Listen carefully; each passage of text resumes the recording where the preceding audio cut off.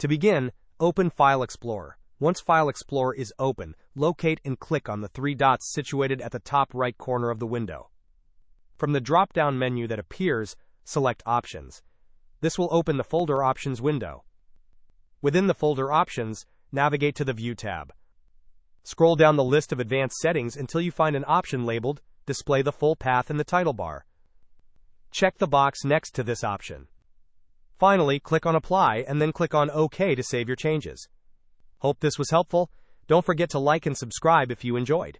As always, thanks for watching, and I will see you in the next video.